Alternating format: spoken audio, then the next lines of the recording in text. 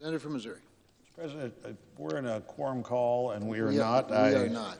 I have nothing to ask except the opportunity to speak then. And I want to talk a little bit about a bill we should pass this week. I believe we will pass this week for the 59th straight year. There are very few things that we authorize every year. Frankly, there are very few things we need to authorize every year. But the authorizing bill in defense is the opportunity for the country and for the Congress to look at what we need to do now that's more appropriate than what we needed to do a year ago to defend the country. Certainly the men and women who serve in the military do that job in a selfless level, and they deserve the best we can do to be sure that they're never involved, Mr. President, in a fair fight. We want to be sure that they're always involved in a fight where they have every possible advantage. They put their lives on the line to keep us safe, and it's up to us to be sure that they have the equipment, the training, the authorization that they need, and the authorities they need to carry out their work. So every year about this time, we move toward the authorizing of what the Congress thinks the military needs. Now, that's followed later by an appropriations bill that is directed in substantial ways by what this bill says should happen. And in fact, the only thing the appropriations bill normally does is determine if it can all be funded and in what segments it's to be funded. We're debating this bill. I hope that both chambers of the House and the Senate can pass this authorization bill as we move on to our next step in this process of defending the country. You know, I think you can argue about almost anything else the federal government does, but the number one priority of the federal government is to defend the country. The number one thing we clearly cannot do by ourselves is that. The number one thing that state and local government can be a partner in on some occasions, but not their responsibility, nor do they have the capacity to do what we need to do to defend the country. And so we're here to take this important step in that. This version, the Senate's version for this year, authorizes $750 billion to support the Department of Defense and the nuclear and other defense responsibilities of the Department of Energy. Our adversaries are clearly increasing their military capabilities and their military commitments, and we need to be prepared to do just the same. The burden of defending the country is an important one, and frankly, Mr. President, it falls on a very small percentage of our population. About 0.5% of the American people serve in the military. We owe an obligation to those that 0.5% to do our best for them. This bill supports an across-the-board pay increase of 3.1%, a little more than inflation. It's the largest increase in nearly a decade at a time when the people who serve see challenges in more areas than we have seen in a while, and coming from different directions than we've seen for a while. This bill reforms military housing. You know, the strength of the military, leader after leader in the military will tell us and makes the point, the strength of the military is military families. So in military housing, particularly the family housing, there was, I think, thought to be a great idea a couple of decades ago to privatize family housing, and for a couple of years it looked like a great idea, but I think it's time we looked again at our housing obligations, how they're being met. We need to look at what we can do to be sure that the spouses of those serving have an opportunity when they're transferred to a new location to be able to get to work as quickly as possible in the field they're prepared to get to work in. In Missouri this year, in January of this year, the first spouse of someone who'd been transferred to our state was sworn in immediately to the bar, so she could immediately begin practicing law. There are probably, like any attorney, some future legal training requirements during the course of following months. But to be able to go to work, whether it's as a medical technician or a doctor or a lawyer or an electrician or a welder, this should be a priority for the country. I asked the Secretary of the Air Force, Heather Wilson, when she testified the last time before our committee, what's the best thing we can do for military families? And I sponsored some legislation a few years ago where military families can move earlier or stay longer if for work and school.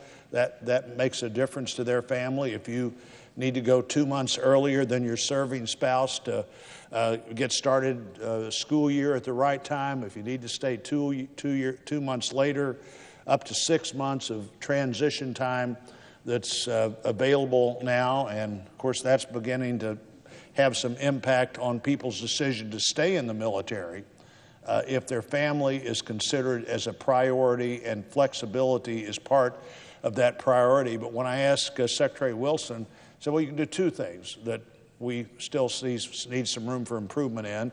And one was to be sure you have the best schools possible near those military bases. And two was to be sure that spouses can go to work, and they can go to work if they want to go to work in the area they're trained for. So this actually allows more effort to be made to be sure that we're working with the Council of State Governments on a certification program to where you could move to a state and quickly be doing that. The reciprocal opportunities for that quick transition is important. There are changes that support families in this bill that have special needs, that support how you deal with a child care provider on a military base, things here to enhance suicide prevention and family advocacy programs. These are all critical, not only people serving, but people wanting to continue to serve.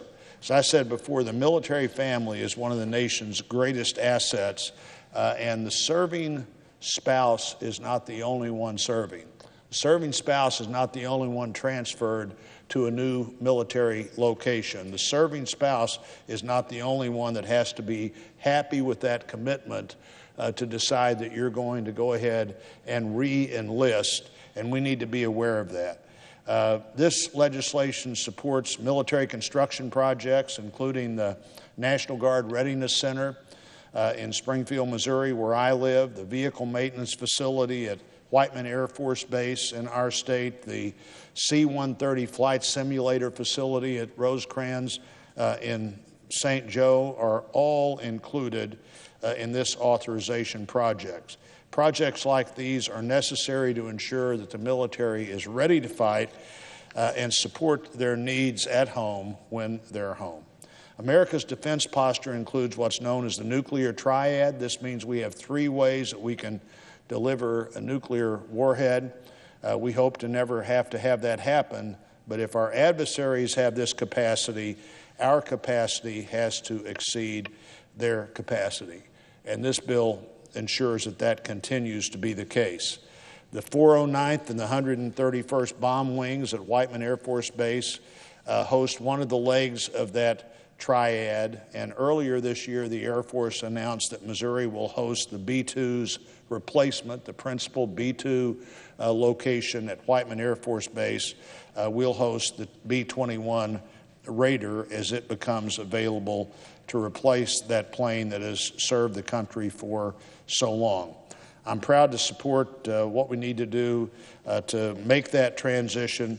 There are other aircraft we need to be sure have a viable part of the country's future. The NDAA, the bill we're talking about, provides an additional 24 F-18 Super Hornets to the Navy and begins the purchase of 8 F-15s for the Air Force.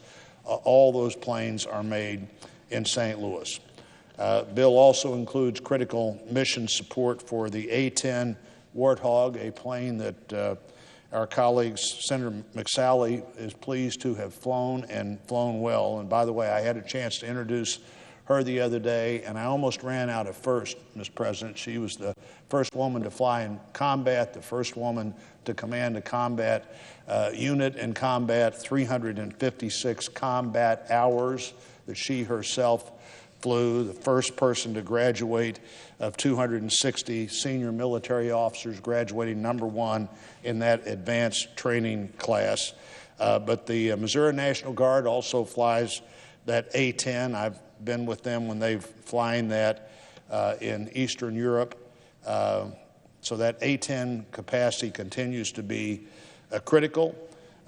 This NDAA authorizes missile programs between the U.S. and Israel where we've actually learned that you can target an incoming missile. Things like the Iron Dome, the Arrow 3, David's Sling have all, unfortunately for Israel, but fortunately for our military capacity, been proven to work against incoming missiles.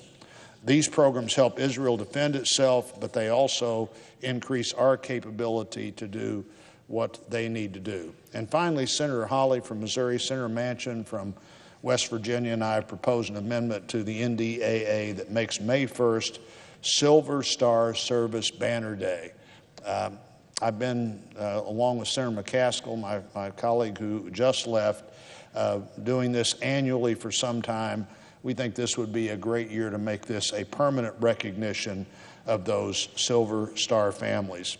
I'd like to particularly recognize Diane Lynn Newton, the co-founder of Silver Star Families of America, who passed away earlier this year. She and her husband Steve were really the driving force behind the organization, and they've really helped thousands of veterans who otherwise were getting very little recognition for their Silver Star service. Saddened that her loss. Hopefully one of the things we'll do in this bill to recognize her great commitment is to make that Silver Star Recognition Day an annual event. So there are bipartisan priorities here. There are priorities here that deal with the needs of the military and their families. That pay raise is a significant part of this bill, but being sure that the #1 job of the federal government, defending the country, continues to be recognized as the #1 job, makes this unique annual reauthorization of the defense bill so important, and I look forward to seeing this Congress pass this bill this week in the Senate and hopefully soon after that in both the Senate and the House. And with that, Mr. Chairman, Mr. President, I would yield the floor.